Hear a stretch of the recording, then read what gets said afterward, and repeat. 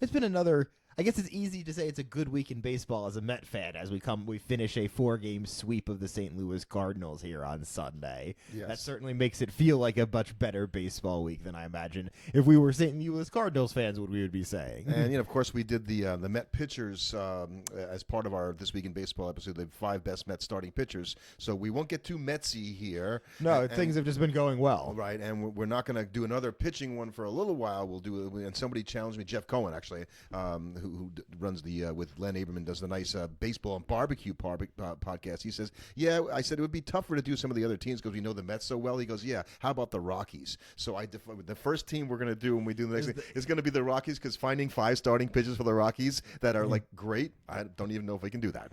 So yeah, the Baldo Jimenez. I think he's the number 1 actually. So yeah, it's been a great week in Metdom. Everything they're doing right now is working, which just, of course, the doom in me just makes me think, well, when's the other shoe going to drop? But I mean, for the most part, it was a pretty great week in baseball. We had a very nice Jackie Robinson day and a lot of very interesting discussion, especially given the context of everything going around that day, but it's always good to see that celebrated and discussed. Not only represents and how far we've come, but kind of what we still need to do going forward. Right, and the Dodgers' recent trip to the White House, there are some of us hoping that they would wear number 42 jerseys there since they took Jackie's records out and then they put them back in. But the Dodgers went anyway, and I think Jackie Robinson Day is, they'll probably have hopefully a Roberto Clemente Day one day for Latin American players. Because I think we need to talk about this stuff and remember what it was like just for guys like Robinson and Clemente just to make it to the major leagues, much less succeed in it. Speaking of, actually, just to go back, speaking of the Rockies, I think probably what we all were expecting to happen at some point this year has happened with them, with Chris Bryant heading back to the IL with back issues. That guy, parlayed, really what was not a lot of great seasons into a huge payday. And if you go to Colorado and you can't hit in Colorado, where is he going to go now? You can't hit anywhere, really. You feel bad when it's an injury that's holding him back and having, a disc problem. I assume he's going to end up having surgery at a certain point. Especially because if you look at his former team, they're not even missing Chris Bryant at this point. He's an afterthought to the Chicago Cubs. They've been, moving right along. And, they've got a bunch of guys on that team that have been really playing really well. Obviously, Kyle Tucker, Ian Happ, but even Nico Horner's a nice little player, which... What does that mean? That's a horrible thing to call him a nice little player. That's just such an insult. It's a slap for a guy who's a really good baseball player. I think what it's basically like, I think what it's trying to say is you are a useful role player. And we don't really have role players in baseball the same way that you have them in maybe in like basketball. There's a few, right? There's guys like Kike Hernandez, who's having a dismal season, by the way. Right. But that's more being a utility guy. I'm more talking about, it's like not everybody on your team is going to be Juan Soto or Kyle Tucker, but you need guys on your team that are good ball players that are going to, he's not going to hit. You're not going to hit 300 and hit 30 home runs, but you need a couple guys that are going to hit 285 with 20. And I guess, if you're not a big person, you can be a little ball player to start, but a good little ball player, means you do the little things well. There's a pejorative aspect to it that basically says that there are aspects of his game that are important that he does not have. Like, you're not the best hitter. You're not the best fielder. You're not the best, you don't have the most power. Because if you did, we wouldn't call you a good little player. And the Cubs, we'll stay on the Cubs for a second. So, they lose Justin Steele, which, we talked about in one of our podcasts when he had just come up injured. And it turns out he's undergone Tommy John surgery. He's gone for the year. So, the Cubs, who appear like they're going to be in it for the long haul this season, they're going to have to make a pitching deal at some point in there to get what he gave you. I think there's going to be a lot of teams in that market that are going to be looking for pitching because now you already have over in San Diego, Darvish is on the IL. Yeah. And so Michael King has converted well into being a started so far. He had a no-hitter into the 7th the other day, but you have to think that's a team that's going to be looking at getting pitching. And the Dodgers are a team that could still be looking at pitching. I would definitely say that that's a possibility. But the Cubs, most surprising player is probably Carson Kelly. And that was sort of like an under-the-radar deal when they brought him over there. And he is one of the best hitters in the National League. And to get that kind of offense out of the catcher position is huge. There's not that many good hitting catchers. Cubs can score, and they're pitching well enough. I am still still, like I said, a little dubious about how they're going to get to the next level, with the pitching as it stands right now. A bad injury this week for an umpire. Hunter Wendelstedt was hit by a foul ball in the Met Twins game during the week. I saw that, yeah. And the thing that just worries me, for what it's worth, is that I was looking up today to try to see, what's happened, and there really hasn't been a report on him for 3 days. He was in the hospital, so makes me think that it's more serious than we like to think, because we just haven't heard anything about it. I sure hope the guy's okay, and he is the son of former Major League Baseball umpire Harry Wendelstedt, who I watched manage. I assume he's his son, not the grandson. I mean, I guess it could be that for all I know. You would know better than me. Yeah. Well, it's hard to forget a name like Wendelstedt. True. That's something that you remember. So we're an eighth of the way or so through the season. 21 games for some teams, maybe 22. So basically, you can take everybody's stats right today and times them by 8 to get an idea of how it would project out over a season. Doesn't necessarily. So Tyler Soderstrom is going to hit 72 home runs. Well, this year. And that's where I'm going. So you can kind of see that there's going to be a return to normalcy for some of these players, right? But Aaron Judge, for instance, who has I think 7 home runs at this point, said that Aaron Judge would hit 56 home runs. Yeah, that's plausible. Pete Alonso could hit 48. Yeah. So some of those project out, some of them don't. Right, I do think it's I think there's some guys that are, there are things you're an eighth the way through the season. I think if you're over in Arizona, you're thinking, well, we thought we would have seen it Eduardo Rodriguez start at some point, ever. That's feeling like a worse and worse signing now at this point. Well, he's pitched for them this year. No, he hasn't pitched. Still hasn't pitched yet. I thought he got on the mound, I guess, for a game this year. I don't know if he's pitching regularly or not. I don't know. We'll have to check that.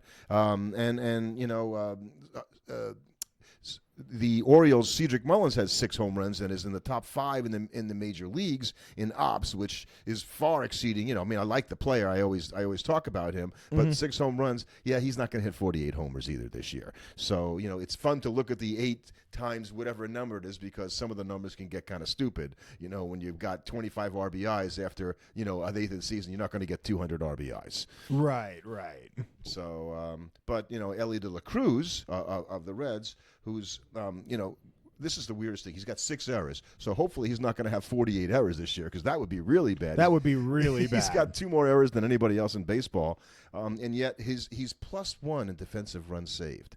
So you got to think about how he made good, an unbelievable play today. How good does a guy have to be have 6 errors and be +1? He's a plus defensive player kicking the ball around. Oh, that was my bad on Rodriguez, by the way. Sorry, Okay. I had mixed up my notes there. Though speaking of a Rodriguez that has been injured, there is the one over in Baltimore, and I think we kind of talked about that last week of okay, what's going on there with that young pitching staff? We thought they were kind of going to develop into something originally behind Corbin Burns, but they got rid of Corbin Burns and nothing's really happened. No, and I think Eflin's already been injured for them, and now you got, I think it's a forearm problem for Grayson Rodriguez, and whenever you hear forearm problem, it's not going away, you think, uh-oh, here we go. That's why you end up, going under the knife and having Tommy John surgery, and you're out for the next year and a half. Well, you think that's what's wrong with Paul Skeens? Is he hurt now? Is it just a sophomore slump? No, it's not even when you look at his stats, right? Skeens, I think, is is pedestrian in terms of his 1-loss record for a pretty dismal Pirate team, by the way. I think they're 8-14 now or something like that. So they're not playing very well, not getting much offense. And he's still pitching to a great whip, 7.74, whip, which is amazing. But he's not quite as dominant so far this year as he was last year. It'll take a sort of a series of bad performances for him to start with is he having a solid? Well, I think you could say the same thing with Devin Williams over for the Yankees. Is it just a series of bad outings for him, or is this starting to become a worrying trend? I would say if I were the Yankees, I would be a little concerned, and I go back to the home run he gave up to Pete Alonso, in the wild card series last year against the Mets, and that seems to have changed at this point. Now he hasn't really had any kind of sustained good play. He's had a few saves for the Yankees, but he's a roller coaster when he goes out there, and it's not a fun ride right now for the Yankees. He blew the game today.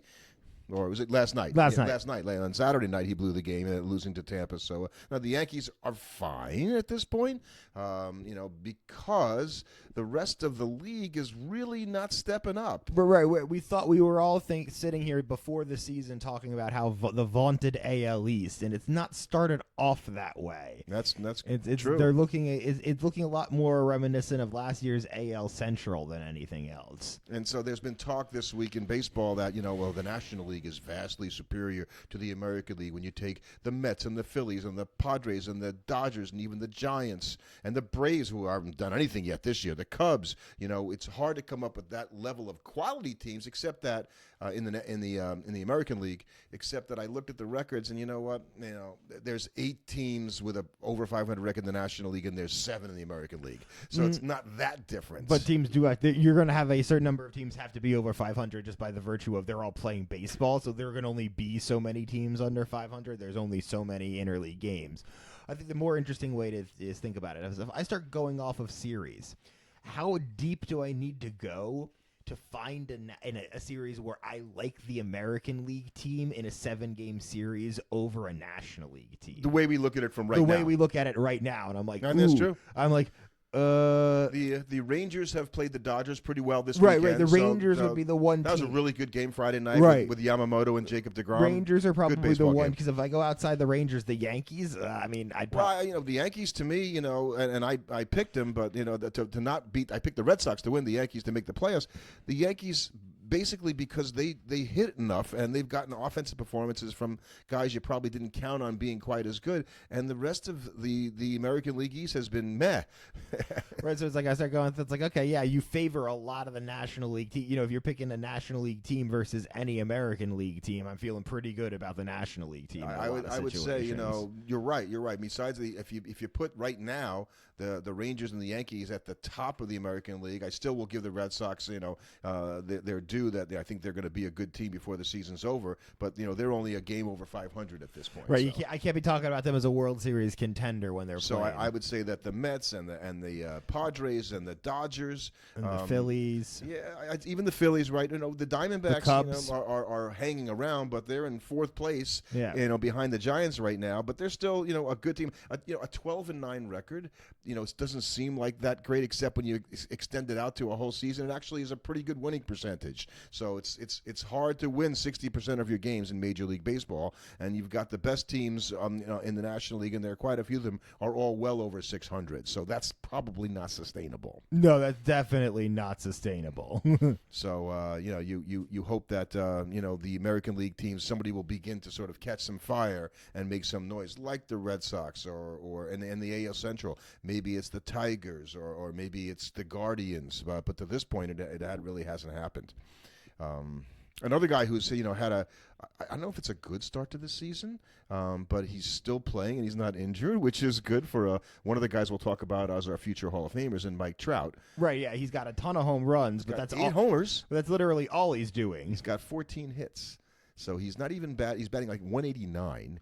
I don't know how that even works. And so I don't know. Would you feel good about that if you think like well, he's healthy and he's got 8 home runs? Yay! He's batting 189, and that's not so good. And the Angels, well, I guess they're hanging around. It's a little better than you probably would have thought at this point, because I think you picked them more than I did.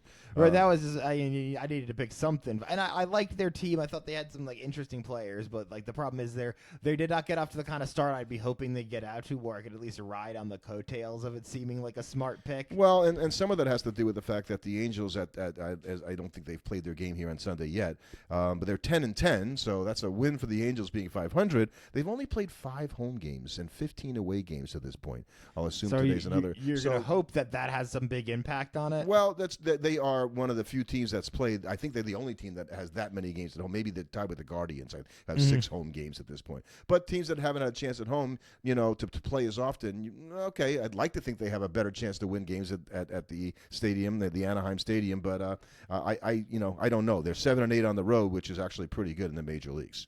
Right, so you got to think, okay, if they can get some more home games, who knows what they could do. Now the A's, by the way, they're in the new ballpark in Sacramento, where that's the city that shall go nameless, by the way, as they talk about. It's like a Voldemort thing.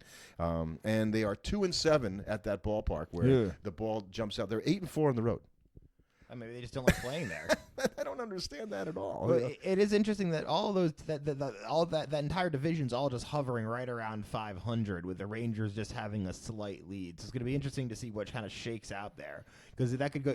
That's the kind of division where things could get bad really quickly. Like a week of bad play or a week or two of really bad play could really put you in a bad position. Well, take over the National League, right? So the Cardinals, who got off to the nice little start at one point, and they even came to New York this weekend before Thursday. They were 9 wins, 9 losses, 500 team. But you walk out of New York, you're 9-13, and it feels like the season is already spiraling downward. It's only been 4 games, but what a difference, right?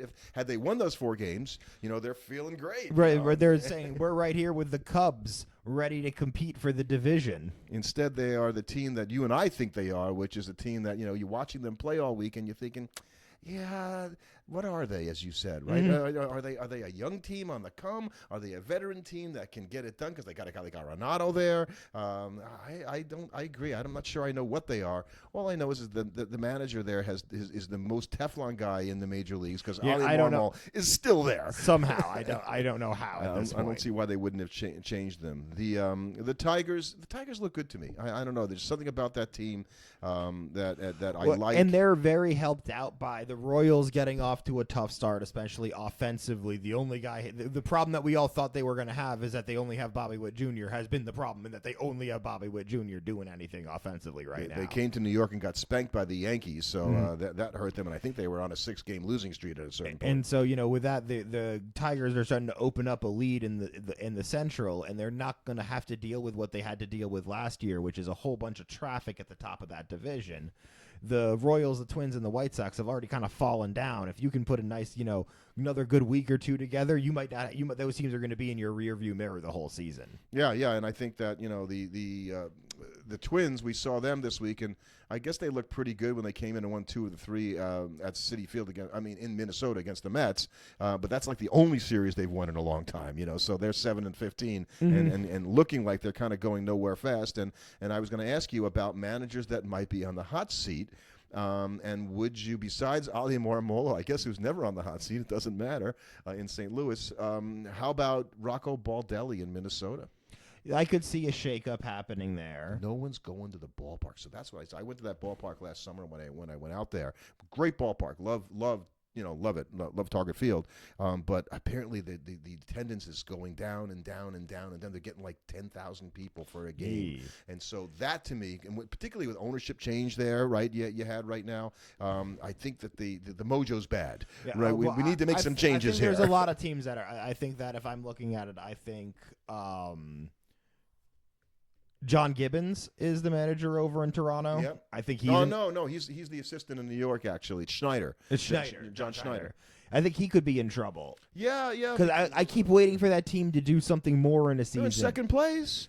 That's going pretty well right now. They've been going well. They're only 1 game behind the Yankees. And who's managing in Baltimore? Brandon Hyde. Do you think he is potentially in trouble? I don't know if I look at it that way. I think it's team construction to a certain degree, and as you said before, they didn't go out and get any pitching help, knowing they needed pitching help, and so we'll run it back anyway with the guys we got and see how it goes. Yeah, it's not going so good. So I think that's it. I also think that besides Rocco Baldelli, I wonder about Seattle and going. We've been doing this the same way for a while. Maybe we need a change. I think if they miss the playoffs badly, that could happen. I don't know if they'll wait that long. That could also. It could be a we need something to shake up this team kind of move. So it's never personal with me with a manager when I'm like, I think like Pittsburgh and Derek Shelton. Like, I have nothing against Derek Shelton personally. I think he's a good guy. I've listened to him all the time. But man, there's something that's not right with the Pirates. Well, I at the same time, this is incredibly results-based analysis from us, because we'd be saying all of these. If any of these teams were playing well for the most part, we'd be saying they're doing a good job. Well, to your point, and so the only reason I would pull back on going against Derek Shelton would be I don't think the Pirates are very good in the first place. Right. So what did you expect? So I don't think Brian Snitker's in trouble in Atlanta. Just because his team got off to a terrible start. I think he might be in a little trouble now. Really? Because of the Kelnick thing that happened. Did you see what happened the other day? No. So Kelnick hits a ball out, and he thinks it's a home run, and he doesn't run it out. and he gets tagged out on the bases. Mm-hmm. And Snitker leaves him in the game. Mm. And Acuna says, well, if that was me, he would have pulled me out of the game. And he has done that to both Acuna and Albies a bunch in the past. Well, that actually hints at some other stuff. Right. Well, I'm saying right there, that's a bad sign for Snitker. Yeah, when stars on your team are coming out and speaking out against you like that, that is not a good sign for you in the clubhouse. And, Atlanta got... And you know what? Acuna's not wrong. He has pulled both of those guys in the past for dogging I don't see why it. in any situation where a guy does that where you don't, because the idea is you don't want to publicly embarrass your player, but, you can't have that happen. And when Vientos for the Mets did that, when you have he heard about it from his teammates. And when you have a history of doing it in the past, and it's not like Kalanick's playing so well where you couldn't afford to take him out of the game. He's got a sub 600 OPS. Now, he's an outfielder with a live body. Right now, the Braves need all the guys they can get there. Right. But so I'm just like, that's a sign that if things don't turn around in Atlanta, Sticker could just go because they have expectations and they can't be this bad. That incident in and of itself might suggest that there's some team dissension that's underneath that we don't know about. So I think that's an interesting point, and I hadn't really thought about that. I don't think the Rockies and who the heck is managing? Well, Clint Hurdle just took over as hitting coach because the Rockies of all the teams can't hit. So the former manager of the Rockies, who was not working for any team, he was working for them as a special assistant in Colorado. So he came back because whoever was teaching hitting out there, obviously it wasn't working very well, and so hopefully he can get them at least making it more interesting to go to Rocky because they're getting their doors blown off every game. So I don't think he's in trouble because you didn't expect the Rockies to be any good either. So I think that's that's kind of how it goes. And the Reds with Terry Francona, okay, they're around 500 at this point. I can't make too much of the season one way or the other. It's a division that you probably weren't going to win, but you have aspirations for a wild card. But that hasn't changed in my mind. It's maybe it happens. It's tough in the NL when you're a team like the Reds, and from the very beginning of the season, you're playing old school playoffs. You're playing for one playoff spot, the 6th wild card. I tend to agree, although people say, hey, we picked the Cubs last year and they didn't do very well. But I don't think anybody's counting on the Brewers this year to kind of be the same team. They do look like they might have taken a step back, at least as far as I can see. I think that the teams that are ahead sort of are going to maintain their position. I don't really have too many surprise teams, and it's only 20 odd games into the season. And like you said, when you opened, the cream is starting to rise. To the top a You're not bit. at this point now. You're getting to another 2-3 weeks into this season, and you're not going to be able to have a run that suddenly catapults some team. It's just going to be hard to make up the kind of games. Yes. I will say this about we saw him pitch against the Mets. The former Met, Luis Severino, is pitching for the A's. He's basically been one of the best starting pitchers in all of baseball this year. He's got the most starts. He's got the most strikeouts. He's 1-3 because the team didn't score any runs for him, and you kind of like the fact that this guy, who our question was, is he going to be durable enough to last the season? We still don't know that, but he's gotten off to a really good start for a team that needed a guy who was going to sort of bulwark their rotation. So we can finish up here with a bit of an interesting discussion, as we did talk about Mike Trout earlier, and though he's hitting a lot of home runs this year, what we thought was once a player that was a lock for 100 WAR career is no longer on a lock for 100 WAR in his career. Now, I think Mike Trout will be a slam dunk Hall of Famer when he retires. I don't think anybody's going to argue with you. And there's on a fair number of them playing in the major leagues right now. But there's going to be a lot of them that come off here because a bunch of them are very close to retiring, I think. Because you've got Verlander, Scherzer, Kershaw. Those 3 pitchers are all first ballot Hall of Famers when they're eligible as soon as they retire. And this might be the last season for all of them. And even if you don't retire, so Zach Greinke hasn't officially retired at this point. Now, he hasn't pitched in the major leagues in like a year and a half. Right, but Greinke is the kind of guy that could just show up and start. I feel like pitching again. Right. Like the Royals are having a bad season, so they're just like, sure, yeah, Zach, come in and pitch a random game for us. That sounds fun. I think it would be a contending team that would say, you know what, we need some arms. We need an inning. If Zach Greinke is anything like he used to be, he's better than what we got. Possible too. So those guys, are all Hall of Famers. Trout had already had a Hall of Fame career, so he's going to be in there. Yeah, and you get into guys I think who are not as like those guys from a statistical standpoint, I think, are locks. already there. So those four guys, and they're the same guys that were there last year. There's guys that basically, as long as their careers play out on the expected track, they're going to be Hall of Famers. I'll go further than that. So I'm gonna with these 5 players, I think they're all Hall of Famers already. Okay, you're going to say some of these guys are Hall of Famers already. Okay. Meaning that if they didn't play another game, I'd have a hard time not putting them in the Hall of Fame. That's Mookie Betts. Mm-hmm. Okay, that's Freddie Freeman. Mm-hmm. Okay, Shohei Ohtani. Come on, Ohtani. Even he hasn't played the 10 years. Right, that's his biggest. That's the only thing I think that would stop him. there's going to be another guy on here. I think you're going to say that might have that same Aaron problem. Judge. I think he has that same problem. I think this is year 10. It might be his 10th season. I think it's year 10. He's already a Hall of Famer. Right, but if he retired right now, I don't know if that counts as a 10th to your season. To your point. And Jose Altuve. Right, I would say of those guys, and I think there's one more I would add in there. Bryce Harper. Yeah, Harper's going to be a Hall of Famer. I had him on the list. Yes, I had him on the list. You're right. Harper's going to be a Hall of Famer. We all know that. He is a Hall of Famer. If he didn't Right. play again, 2 MVPs, 350 homers. Ohtani is the guy I think that actually still has to stat the most, just because if he retired today, is he that different than DeGrom? Yeah. Well, I'm just saying. I'm just lot. But think about. I'm just saying in terms of like putting up a couple years of otherworldly, inhuman dominance, but it's still not a. It's only like for Ohtani, it's like four seasons because he hasn't been a. No. This is his 7th year. Okay, this yeah. is his 7th year. And DeGrom only really had like three.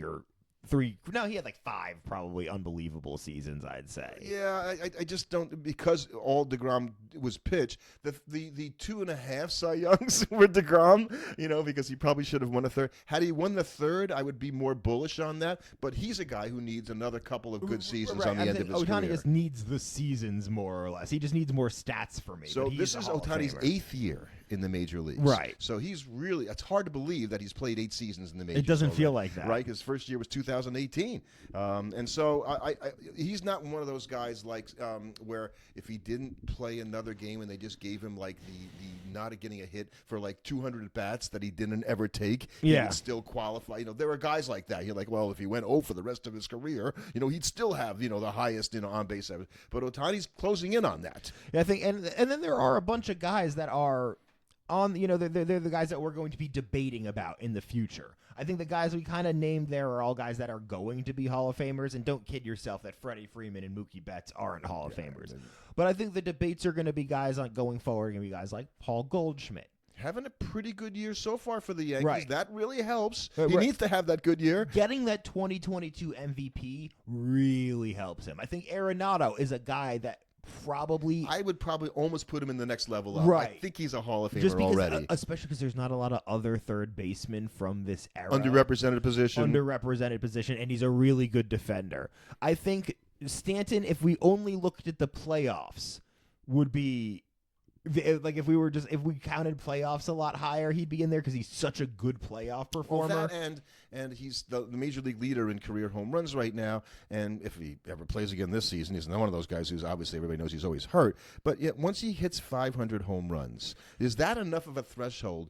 With everything else, that I think being the career leader in postseason. The problem is being the career leader in postseason home runs doesn't mean as much as it used to. Right, and he's up there in postseason WAR also. Right, but it doesn't mean as much as it used to because you play so many more games. And they don't. Right, that's true. And they don't value when you're thinking Hall of Fame. I don't think voters factor in the excellence because Andy Pettitte would be a Hall of Famer if that were the case. I think it mattered more back in the day when there was only just the World Series playoff matchup, because then if you had a guy that was the career leader in postseason home runs, it's just going to matter just because you had to be in the World Series a lot to do Probably going that. to be a Yankee. Right. So you had to be really good just to get there. So Yogi played 80 million World Series. So. Exactly. And then I think what's interesting is once you get past a couple of those guys, there's not a lot of other guys you start feeling really strongly about. We say the same thing every year, right? You've got 2 closers who every year they pitch, you think, well, this is the last year. Right. So Kenley Jansen and Craig Kimbrell, and both of them have 450, near 450 150 saves apiece. But the discussion around them is almost more positionally based, where it's like, okay, well, if we're not going to put them in, we're never putting another closer in. I think that's why I think they'll be Hall of Famers, because I think closers, and this is the era of the closer is sort of changing. And they're the last two. Yeah. I don't think you're going to have guys consistently putting up 40 right. save And seasons. you could put them in there, sort of the last two great closers. And I think it's harder to do that than people think. And look what it took Billy Wagner to get into the Hall of Fame, right? Right. That's the problem for ridiculous statistically, because voters. I think it's hard to assess when you see a guy pitches 1,000,000 innings and strikes out 1,000,000 guys versus a guy who pitched Billy Wagner who pitched 900 innings. Oh well, come on, that's not as good. No, every pitch he threw was a stress pitch. Mm-hmm. It's different, and so it's harder to evaluate relief pitchers, I think. In that for sure. And those are our guys that are very late in their careers. And even Arenado, I think, is helped by being late in his career, because he has two guys that are on his heels that if he was behind would make things difficult for him, I think, in Jose Ramirez and Machado, because you could argue that those might be better players than Arenado, but the fact that he's in front of them is going to help him a lot. That's a really good point, and those are good examples, because I think between the two, when I started thinking about this, I probably would think Ramirez is the guy who's closer to being just because of overall statistical. But Machado's really good. Right. He's really good. He's been really good for a really long time, and he does it both sides of the ball. And just because he's, I don't know, sometimes misunderstood would be a nice way of putting it. Right. His personality is a little grating, whereas Ramirez is just like an all-star guy and an all-star. In the same way that his previous teammate and other great guy in Francisco Lindor. Lindor is now 4th all-time in home runs for shortstops. When he's done with his career, he's almost assuredly going to be number 1. Right, and I think, because of the big contract, he suffers how could you ever live up to the contract, by the way, which isn't that big anymore if you compare it to the ones. And he's doing it every year. And he's finally going to get an all-star nod this year. Yeah, I think so. I think he'll get that nod. And he's still every bit the player that he was when the Mets, traded for him a few years ago. So he's far from being done. So there's a guy who I think statistically he needs another year or two of, but he's helped great out. He's helped out much like another guy, and that there's not a lot of other shortstops from this era that are going in besides. That's a great point. And I think that's why Salvador Perez has a good shot going in, because if you're not going to put who's the other catcher that's going in the major, Buster Posey's going to go in, and then you're not going to put any catchers in for 30+ years. Are we going to be talking about JT Realmuto someday as a Hall of Famer? I love that player, by the way, and you know that. I don't know if he's a Hall of Famer. I can advocate that there. So, but his number one pitcher there, Zach Wheeler, is another guy that you think, has Wheeler done enough? And I just. I love his career stats. I love his consistency and all that stuff. Why doesn't he not feel like a Hall of Famer to me? I don't know. Maybe he needs another year where he gets a Cy Young this year. Well, he's never had one. Maybe if he gets one. I think that's a part of it. He doesn't have the hardware to show that. Right. He has been a really good pitcher for a long time. He's just a guy. Give me the ball. Yep. Give me the ball. I'll go out and get you outs. And he does. And that's the same thing with Chris Sale, who I think actually is probably closer to, because he's gotten MVPs. He's got Cy Young. Well, not MVP. He's got a Cy Young. Chris Sale doesn't feel like a Hall of Famer to me, but I think that's more bias on my part than anything. Yeah, well, that's because he pitched, for the Red Sox and the Braves and the White Sox, and you basically didn't have to see him at his very best. It seems like, okay, no, the guy, if he can stay healthy this year, which is not really happening at the moment, I think and that's a challenge for him, because there aren't that many players that are left that are like, who's on the door knocking, in the starting pitchers. There are no other Is Garrett Cole the next guy? Right, I think so. And the last guy? Yeah, so because we are evaluating starting pitchers so differently, I think it's going to be really hard to be a pitcher and get in the Hall of Fame until voters recalibrate how they're going to. And that's why relief pitchers are hopefully will get a more fair look, because, all of a sudden no one's pitching lots of innings. It's not just, relief pitchers. It's starters as well. So, but those are the guys. I don't think I have anybody else. No, I think that's pretty much all now. So, so if you've got guys out there that you think we left out, write to us, call us, let us know what's going on, that you think we should have, that Bobby Witt Jr. should be a Hall of Famer. Maybe a little premature, but if he does it for the next 10 years, then we got something to talk about. Yeah, he's got a little bit to go.